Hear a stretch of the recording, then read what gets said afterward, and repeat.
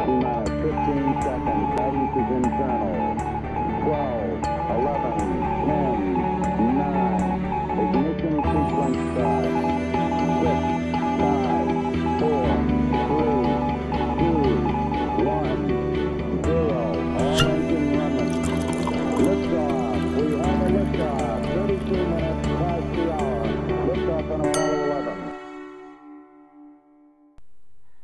Hello everybody, welcome to Elite Wine TV. I'm your host Mark Fusco here for another episode of the show, and we've got a wine here that I'm pretty excited about. Actually, I'm excited about its brother a little more, only because of the wine label description. It's why I bought it. But anyway, we've got here the 2007 Starry Night Zinfandel. This is from Sonoma County. They say it's handcrafted by the Starry Night Winery, so we'll get a little bit close up of that. This is a wine that I bought off of wootwine.com and bought a 4-pack for $49.99, so 50 bucks. Now that comes out to $12.50 a bottle. Okay, so probably technically what, $12.46, $12.47, something like that. Not $12.50 officially, but you know, about $12.50 a bottle. And this retails or is sold off of their website for $22. So I got a $22 bottle of wine for $12.50. So I got 4 of these bottles, 2 from Sonoma County and 2 from another appellation, Lodi, which I will be reviewing that on a future episode. That's going to be a fun episode. I just didn't do it tonight because it's 2 in the morning instead of another time in the morning. That'll give you a hint maybe as to what's going to happen with that wine. Anyway, again, because of what the back label said. So if you're resourceful enough, you'll be able to go out there on the internets, on the interwebs, on the tubes, the intertubes, and figure out what I might be doing with that wine. So anyway, one thing I want to talk about, and I didn't think you would see it in the wine itself, but when I opened the wine, and I don't know if you can really see it, I'm going to try to get this as close as I can to the camera. I don't know if you can see it, and I'm going to try to maybe angle it a little bit. You might see some sparkles happening, and these are tartrate crystals from the tartaric acid that's in the wine. Now, all wine has this kind of tartaric acid. It comes from the grapes.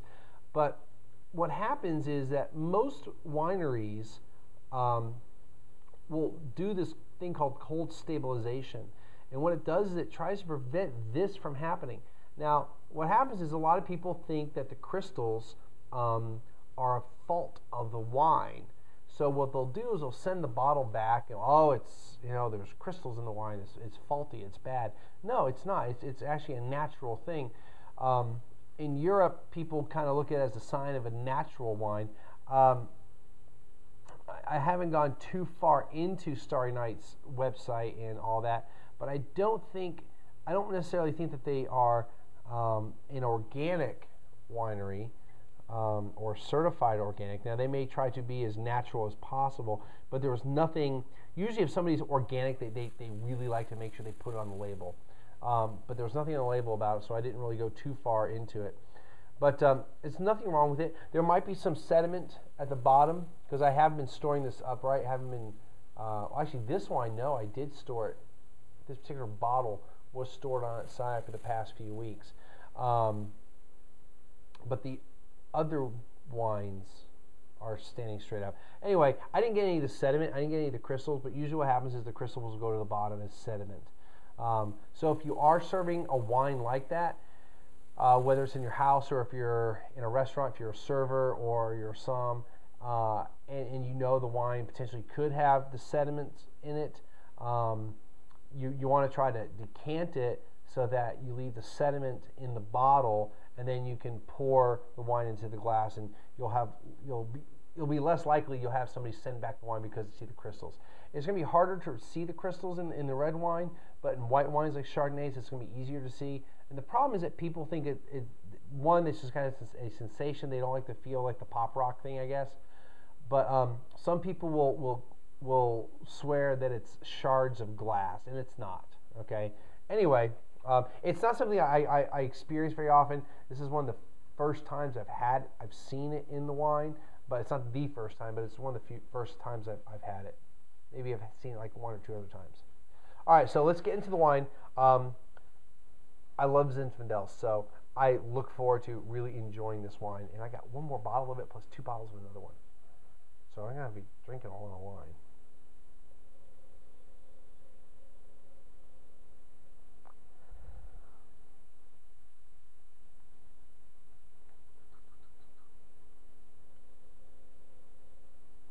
Oh yeah, just to prove I don't need to start it on the table to swirl it.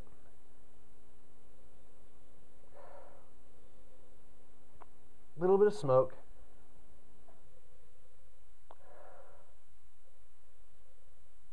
A little bit of pepperiness, some spice, a little bit of pepperiness.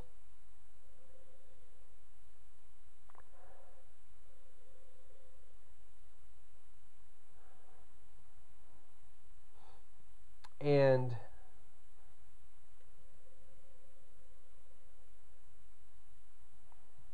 I'm gonna say cherry. That's the fruit that comes to mind more than anything else. Let's see how it tastes.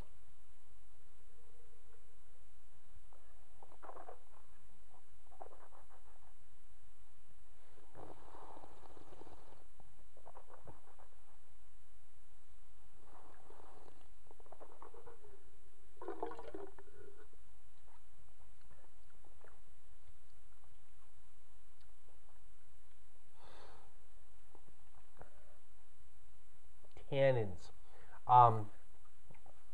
rich. I feel it's kind of got a richness to it. It coats the mouth very well. I get that there is a bit of a creaminess to it, but it's not overpowering. It's not like the other one where you had vanilla for days.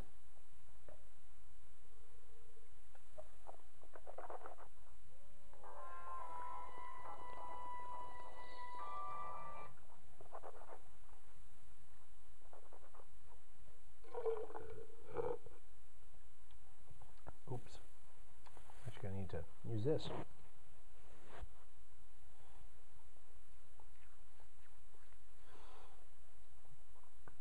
Again, I'm going to get like that kind of cherry, darker berry type of pie action. A little bit of creaminess. I really am enjoying this. It's got some nice little bit of sweetness to it, but it's got that sour part. That's the tartaric acid. So you're getting a little bit of pucker to it.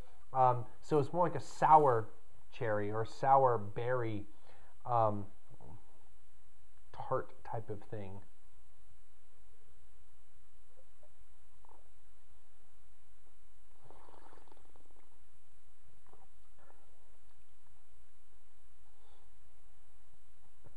Yeah, I like this wine. And I can only have one more wine left, and it's 2 in the morning. I'm going to drink a little bit of it.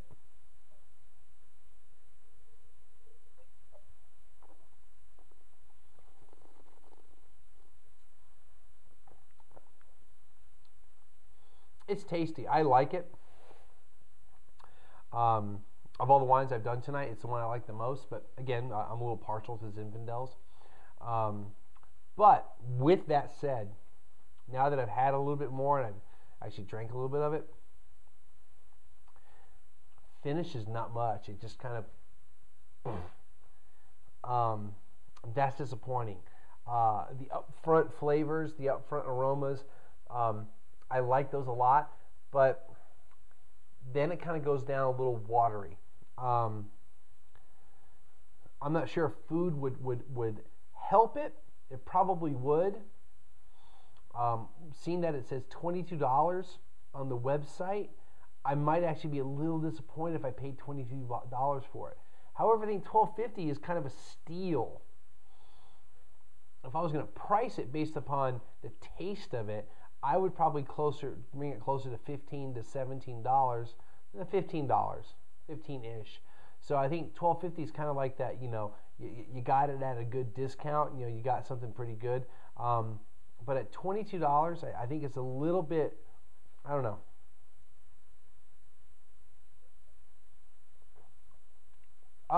There is a bit of the sediment. You probably can't.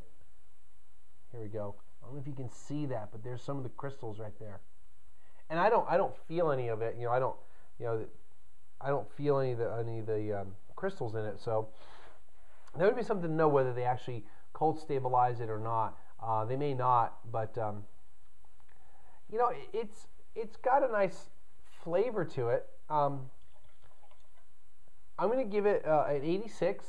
I like it the best of all the wines I had tonight.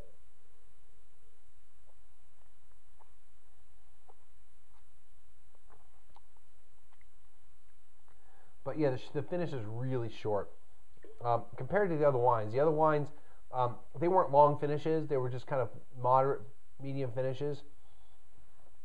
So I didn't really say anything about them. This one, the finish is like, it just goes away. Like it disappears, like it didn't exist. And so it's noticeable compared to the other wines. If you found it in the grocery store or in the wine shop and you could get it for less than $22, I'd say get it. If it's $22, there's probably some stuff out there that might be a little bit better. You can really see it. So that might be something where just for funsies, I'll use the, I don't want to mess up the little transmitter back here, but behind me you got the decanter, which I still have yet to use. You might want to decant it. All right, that's going to do it for today's show. See, this is Monday's show. Last show was actually Friday's show, so the whole thing about the culinaria. So this is Monday's show. So hopefully I ran into some people at the grand tasting, and hopefully I was able to say hi to some people. And that's going to do it, and we're going to see everybody again in another couple days.